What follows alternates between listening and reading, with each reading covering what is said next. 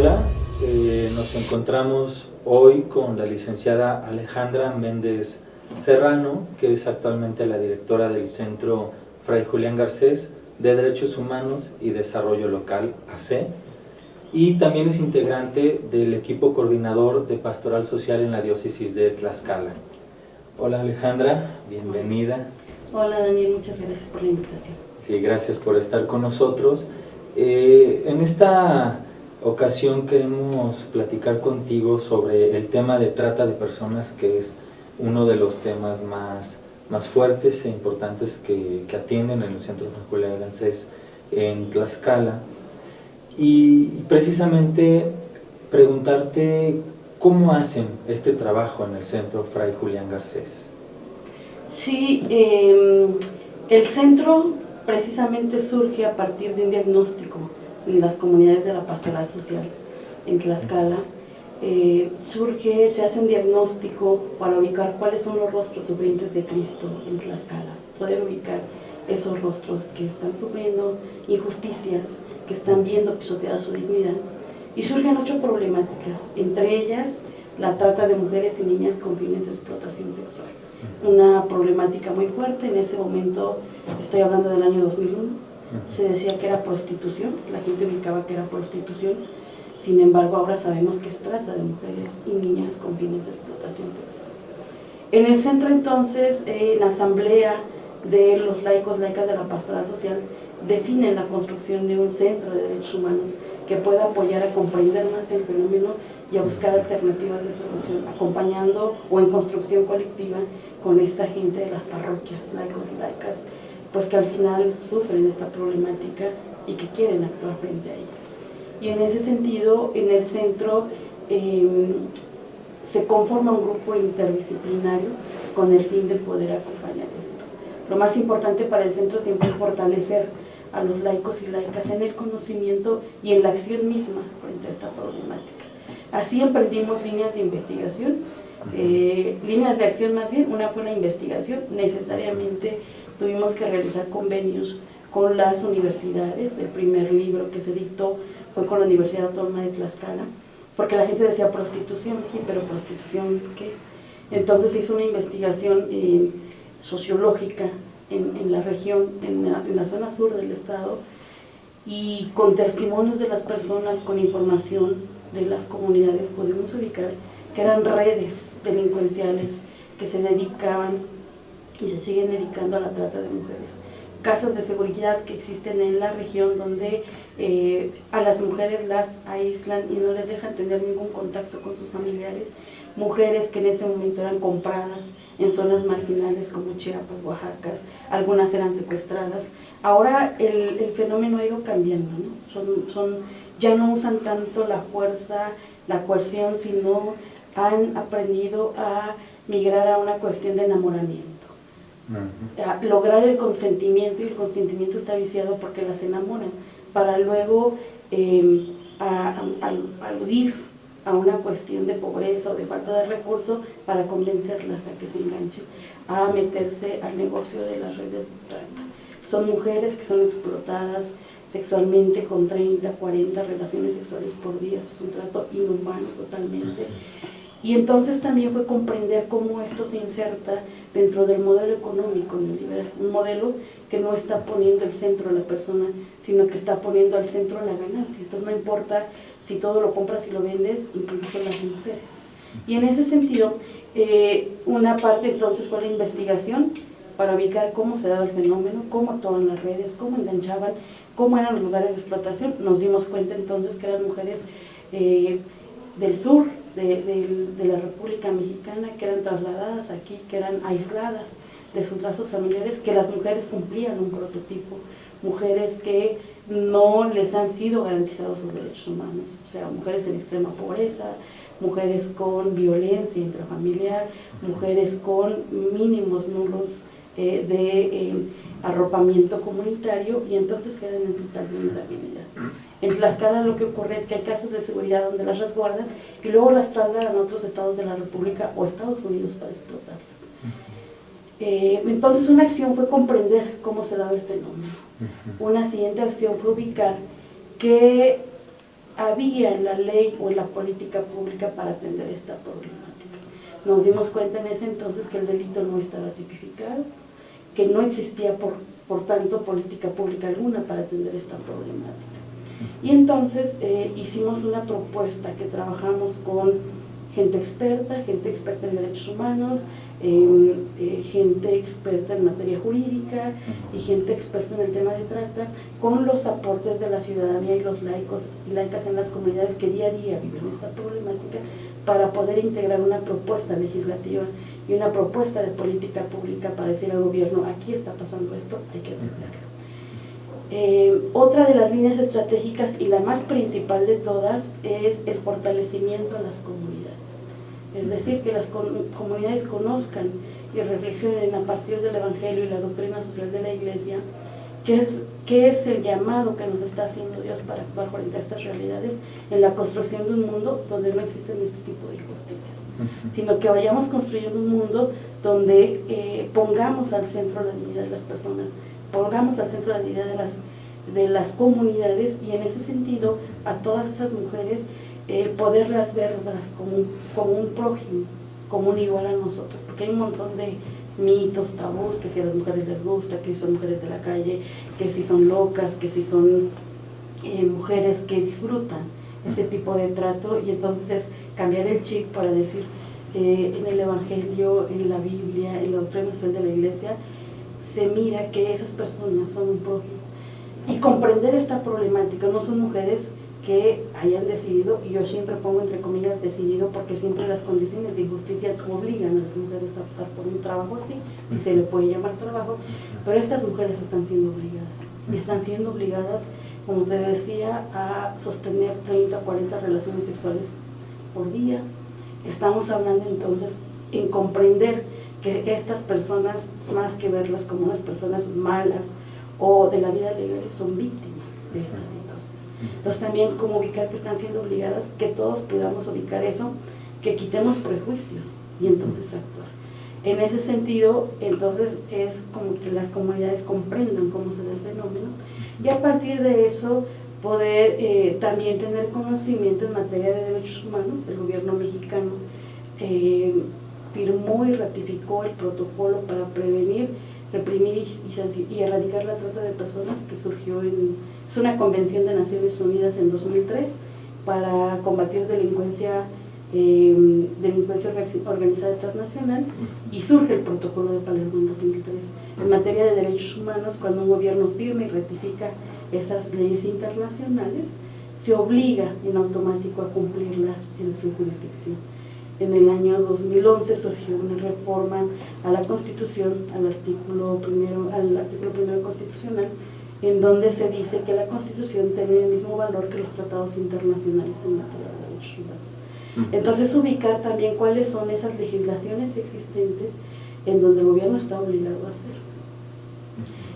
Y que la gente conozca que eso está, que eso existe, que lo relacione, que al final del día esta acción por los derechos humanos es el proyecto que Jesús vino a enseñarnos en su misión en la tierra. El proyecto por la dignidad de las personas es el proyecto por la dignidad humana, y entonces que lo vayamos reflexionando en función del Evangelio, la doctrina social de la Iglesia y los instrumentos en materia de derechos humanos, y que la gente se vaya siendo consciente de eso, que se lo vaya apropiando y que vaya haciendo acciones tanto para ubicar como para denunciar y para incidir. Entonces, con la gente de las comunidades impulsamos una campaña primero, que fue la campaña por la dignidad de las mujeres, para ubicar todas las formas de violencia, y porque hay muchas formas de violencia que están naturalizadas. Necesitamos ubicar que eso es violencia y que necesitamos cambiar esos patrones. Y la trata es una de las formas más violentas, más crudas hacia cualquier persona, mujeres u hombres. En este caso estamos hablando de explotación sexual, el fin es la explotación sexual, que es una forma muy cruel de violencia hacia las mujeres. Impulsamos esa campaña, avanzamos en la comprensión del fenómeno y en la propuesta legislativa para llevar al Congreso del Estado.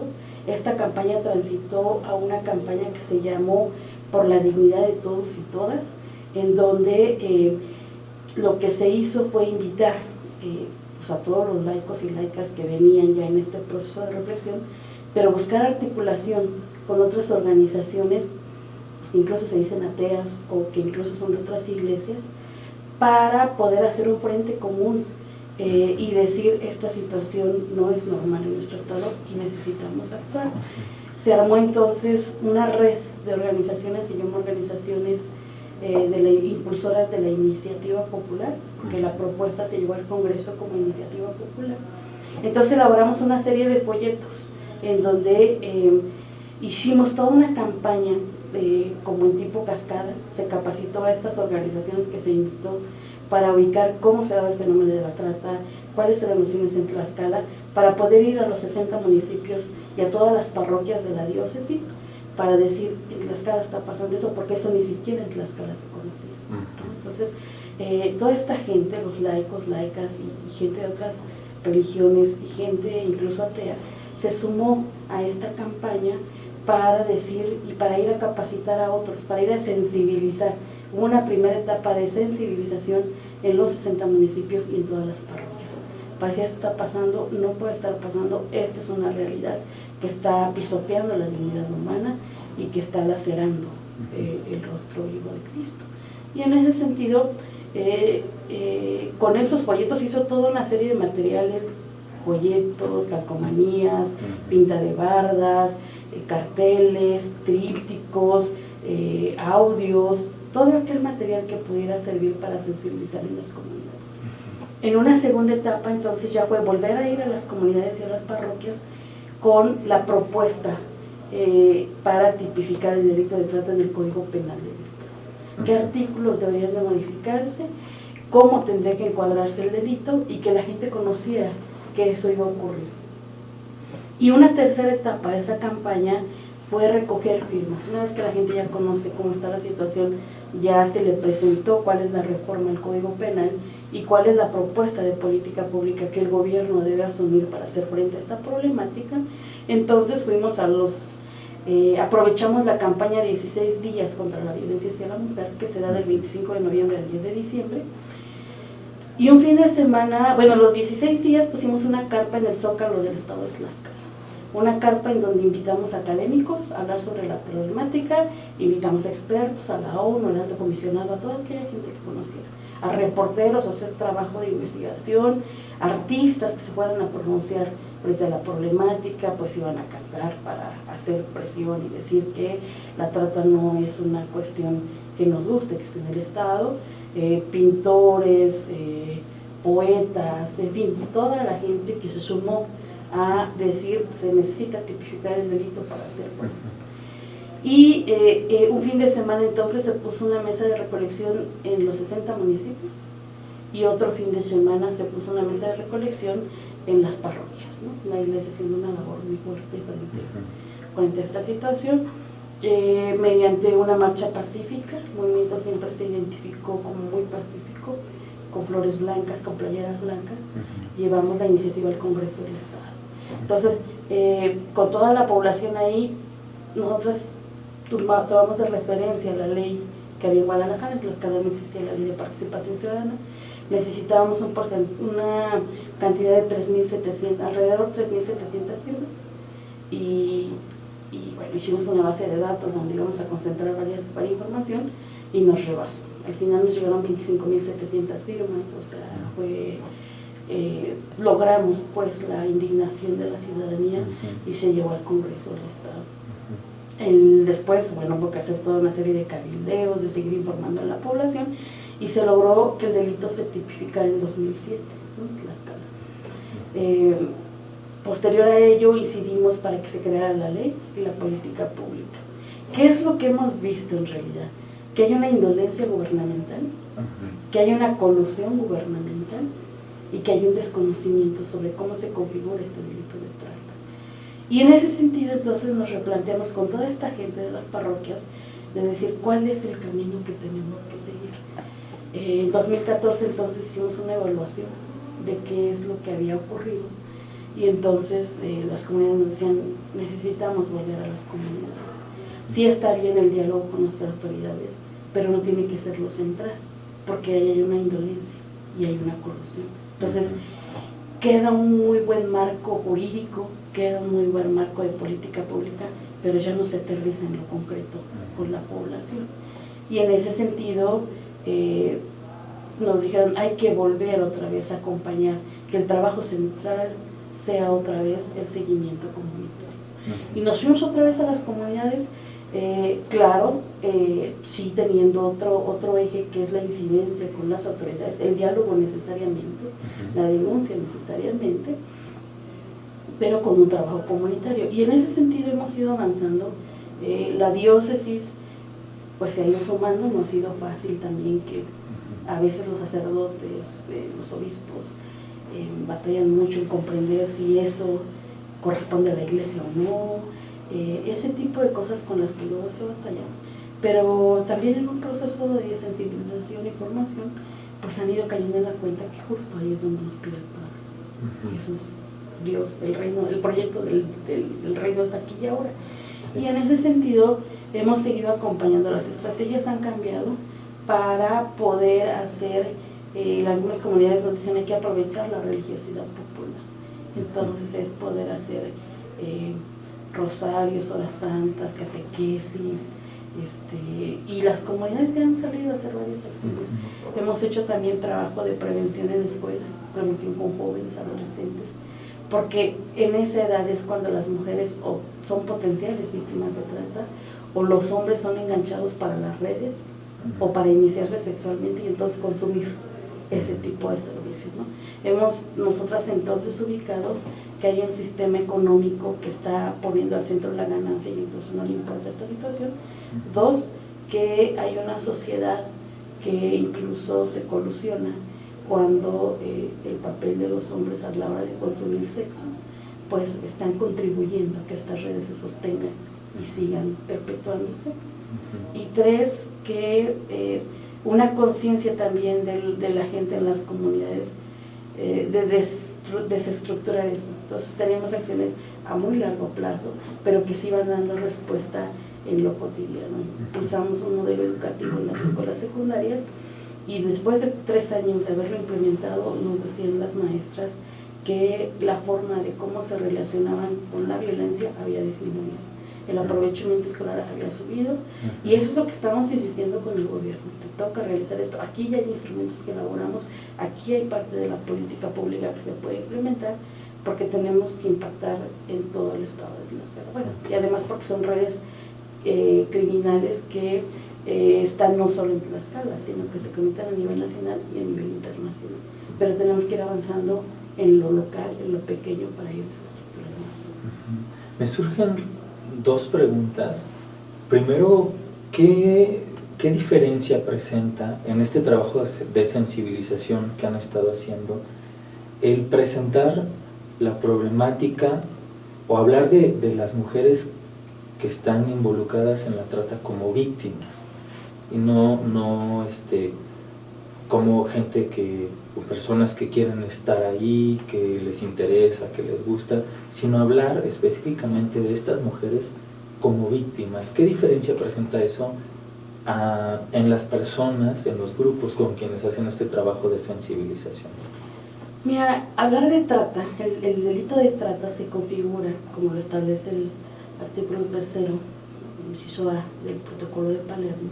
Cuando hablamos de trata nos estamos refiriendo a la captación, el traslado, el transporte, la acogida o la recepción de personas mediante el uso de la amenaza, mediante el uso de la fuerza, el engaño, el rapto, el mentir, aprovechar las vulnerabilidades para un fin, que es la explotación.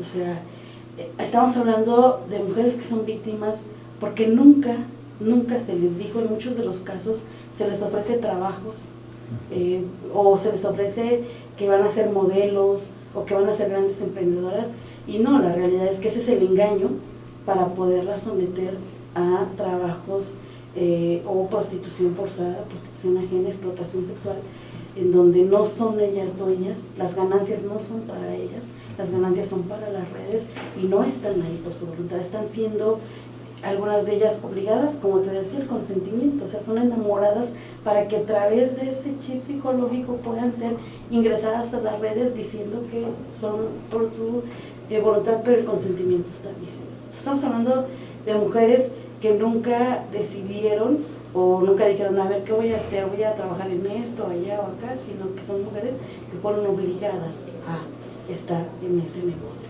Eso es muy importante diferenciarlo, porque cuando hablamos de trata hablamos de esto. Luego, según las cifras oficiales, tenemos pues que en el mundo, por ejemplo, un diagnóstico de la Organización Internacional del Trabajo refiere que en el mundo en 2016 existían 40 millones de personas con alguna forma de esclavitud y el 77% son mujeres, ¿no? El fin de la explotación no siempre es sexual, hay otros fines, trabajo forzoso, mendicidad, matrimonio forzado, en fin. Pero cuando hablamos de explotación sexual, estamos hablando, en ese mismo diagnóstico refiere que hay 4.8 millones de víctimas para explotación sexual, y de ellas 3.8 millones son mujeres. O sea, siempre el mayor número de víctimas ahí son mujeres y niños, ¿no? Cuando hablamos que es ese fin. Entonces, es un poco el trabajo que hemos realizado, quitar prejuicios, quitar formas de cómo entiendes a la otra persona y cómo la ves como un prójimo que puedes apoyar, ¿no? Nosotros hacemos el tema de prevención, pero claro que hemos articulado con redes, y hay otras redes que hacen el tema de atención. No es fácil que después de años estar explotando a mujeres con relación, imagínate tú, tenerse que acostar 30, 40 veces al día, o sea, es destruirte la vida completamente. Y la vida, el proyecto de vida, pero también la vida física. Hemos encontrado testimonios de mujeres que han tenido 5 reconstrucciones de vagina porque se las destrozan totalmente. Y entonces ahí lo que también hemos hecho es ubicar el papel de los hombres. O sea, al final a los hombres los criaron en una cultura machista, patriarcal, en donde les han dicho que tienen poder para hacer uso de las mujeres. Y hemos dicho, no, o sea, tienes que reconstruir tu masculinidad, pues al ejemplo de Jesús. O sea, Jesús nos enseña en los evangelios que no fue el que apedreó a la mujer, por ejemplo, sino fue el que la defendió. Jesús era el trato con las mujeres, pues con la samaritana, cuando estaba prohibido y además era una mujer inferior a ellos, los samaritanos de por sí, y el judío, y siendo mujer, pues tenía todavía otra connotación, y él se acerca y habla y dialoga, o sea, se deja guiar por las mujeres. Entonces, como descubrir también una nueva forma de ser hombre, quitando estos conceptos patriarcales machistas.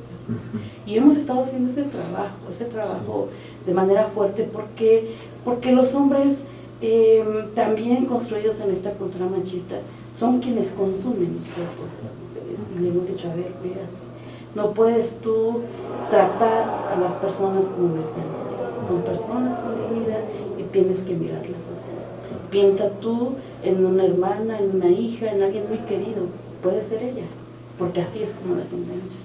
Entonces, también hemos hecho todo ese trabajo de estudiación, de profundizar y, claro, de articular con otros actores, porque la problemática pues no solo se radica en Tlaxcala, tiene sus alcances nacionales e internacionales. Y ustedes han hecho este trabajo desde la iglesia, pero también en vínculos muy cercanos, tanto de exigencia como de algunas colaboraciones con el Estado, ¿no? Desde la pastoral social y con temas de gobierno. ¿Cómo ha sido esta relación de trabajo, de búsqueda de justicia desde el Centro Fray Julián Garcés?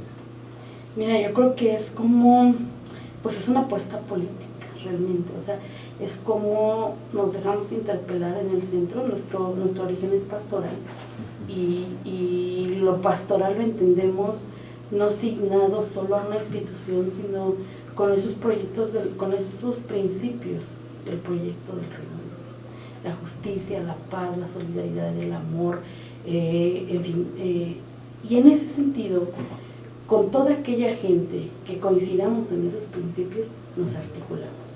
Sean creyentes o no, sean de otras iglesias, sean donde sean, pero que sí tengan muy cimentados esos principios. En el camino nos encontramos siempre, cada quien tiene sus propios intereses, pero cuando coincidimos con esta gente, con ella caminamos. Y ahí sí creo que una acción fuerte es poder tener la comprensión del delito, para luego poder ubicar qué le toca al gobierno, qué qué nos toca como ciudadanía, qué nos toca como iglesias, como qué nos toca cada uno para ir bajando o para ir disminuyendo esta situación de injusticia. Y en ese sentido nos hemos tenido que ir profesionalizando y comprendiendo esta situación para hacer propuestas que le toca al gobierno. El gobierno difícilmente se mueve. En Tlaxcala, una situación que ha sido recurrente es que las autoridades son parte de las redes de trata. El año pasado, un policía ministerial con una chica que llevó a hacer su servicio social, la captó, aprovechó que llevó a hacer su servicio social, la captó para meterlo en una red de trata. O sea, a ese nivel estamos hablando también que ha habido regidores, presidentes municipales que son de las redes de trata y están ligados en esta problemática. Entonces, la acción nuestra es, a partir de estos principios que te digo, del proyecto del Reino de Dios, paz, justicia, amor, verdad, poner la dignidad humana, poder armar propuestas legislativas, y eso nos implica siempre estar en constante preparación para comprender cómo se dan esos vericuetos y hacer alianzas con otros, con los que conocen, para poder articular propuestas de leyes e ir con la autoridad y decirle, a ver, te toca hacer esto.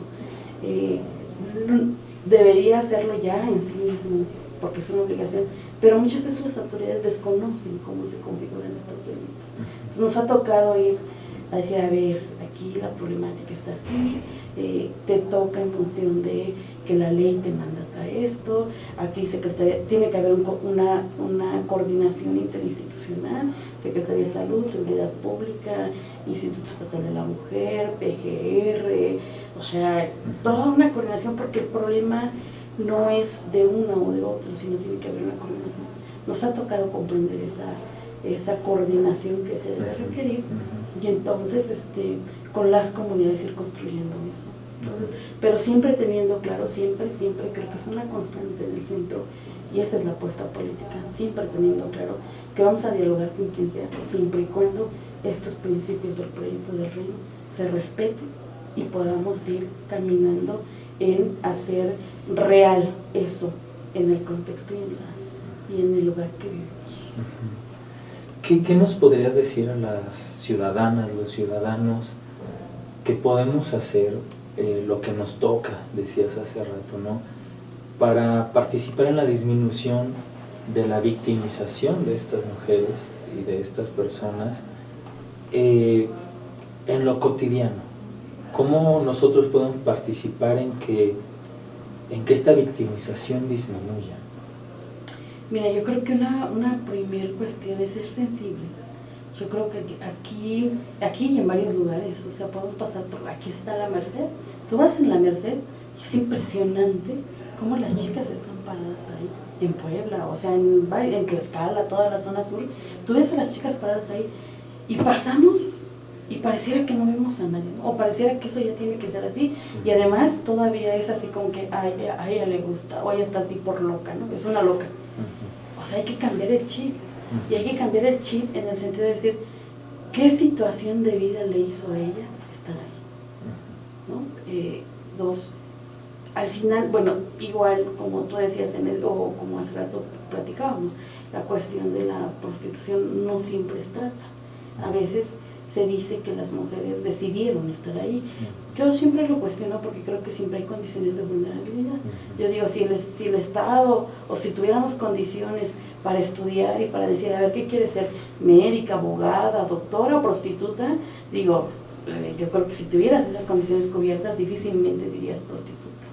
Claro, no las tienes, y entonces tienes un salario donde ganas 700 pesos a la semana, donde hay una falta de otorgamiento de derechos o de protección de derechos del Estado, donde no tienes un acceso a la salud, donde no tienes acceso a la educación, donde las cosas cada vez se van encareciendo. O sea, pues claro que hay muchas mujeres que dicen, no, de esto a que yo me gane los 752,000 pesos al día, lo hago. Pero ya hubo una condición de vulnerabilidad para poder hacer eso. Bueno, es en el supuesto que las mujeres decidieron, las otras no están obligadas. Tú vas, a mí me impresionó un día que fuimos a San Luis justamente, y es que las niñas se ven niñas. A mí me impresionaba y decía, ¿cómo hay hombres que llegan y pagan por alguien que es niña? O sea, hay un diagnóstico, Marian Pudi ahora en un libro que sacó la Comisión Nacional de Derechos Humanos, decía, por ejemplo, que hay en turismo sexual hay 20,000 niños y niñas que están expuestos ahí. ¿Qué condición o a qué deshumanización se ha llegado para saber que es un niño y una niña y poder pagar como si fuera cualquier mercancía, ¿no? Somos el primer país en pornografía infantil. En 2014 se detectaron 12,400 cuentas de redes sociales donde se exhibe la explotación sexual. O sea, tenemos que ser más sensibles frente a la problemática. Y cualquier problemática de violencia, la trata como una forma. Pero yo creo que es ir como descubriendo cada día en nuestra vida cuáles son las violencias que ejercemos, cuáles son las violencias que se nos ejercen, cuáles son las violencias que están en nuestro entorno, y entonces verlo en clave de fe. ¿Qué me está pidiendo Dios voy a hacer frente a eso? Que es pequeño, que es concreto. Y luego poder ubicar frente a esas mujeres cómo puedo yo contribuir. O sea, cuando hablamos de redes delincuenciales se nos hace complicado a veces, no son redes. Además, ahora hemos visto que las redes de trata se han ido aliando con las redes del narcotráfico, entonces se vuelven más fortalecidas. Pero si vemos en lo local, o sea, las comunidades allá en Tlaxcala que están haciendo, hablar de las formas de violencia, cambiar el chip de que no son normales y tenemos que actuar frente a ellas, y luego la trata como una forma, hacer catequesis infantil. Allá se están haciendo catequesis para ubicar que los niños y las niñas son dignos, son hijos e hijas de Dios, y que en ese sentido nos toca crear condiciones igualitarias donde no se viva violencia. O sea, los hombres yo creo que un fuerte llamado. O sea, si van a ir a consumir cuerpos de mujeres, sí, primero ver a la otra como persona. Todas las personas deberíamos ver a la otra como persona, no como un objeto de consumo. Y dos, ubicar que esa mujer está, o nunca se sabe, nunca se puede distinguir cuándo está siendo obligada, cuándo no, pero tratarla como persona, y entonces hacer un llamado a no consumir eso, porque eso está sosteniendo la red, ¿no? Yo creo que esa es una cosa.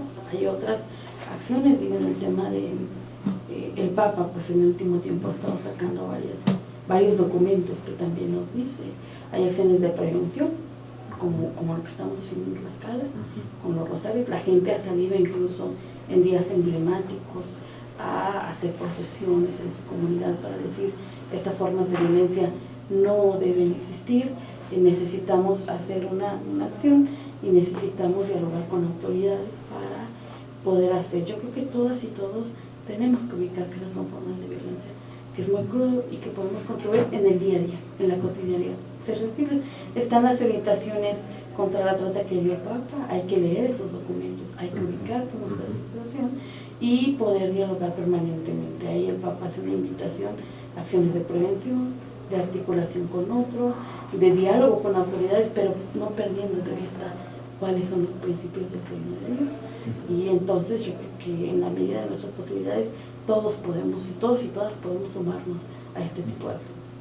Sí, pues bueno, nos quedamos con estas claves que nos da de discernimiento para conocer, para prevenir y también para participar como ciudadanos, como mujeres y hombres de fe también en la disminución de la trata y de la victimización de las mujeres que son precisamente víctimas de esta red de crimen, ¿no? Muchísimas gracias, Alejandra. Gracias a ti por la invitación y bueno, pues sumarse, ¿no?, a las campañas que están en Tlaxcala. Tenemos una campaña que se llama Nos queremos libres de trata. Pueden consultar en la página de Facebook, Centro Fragile Garcés.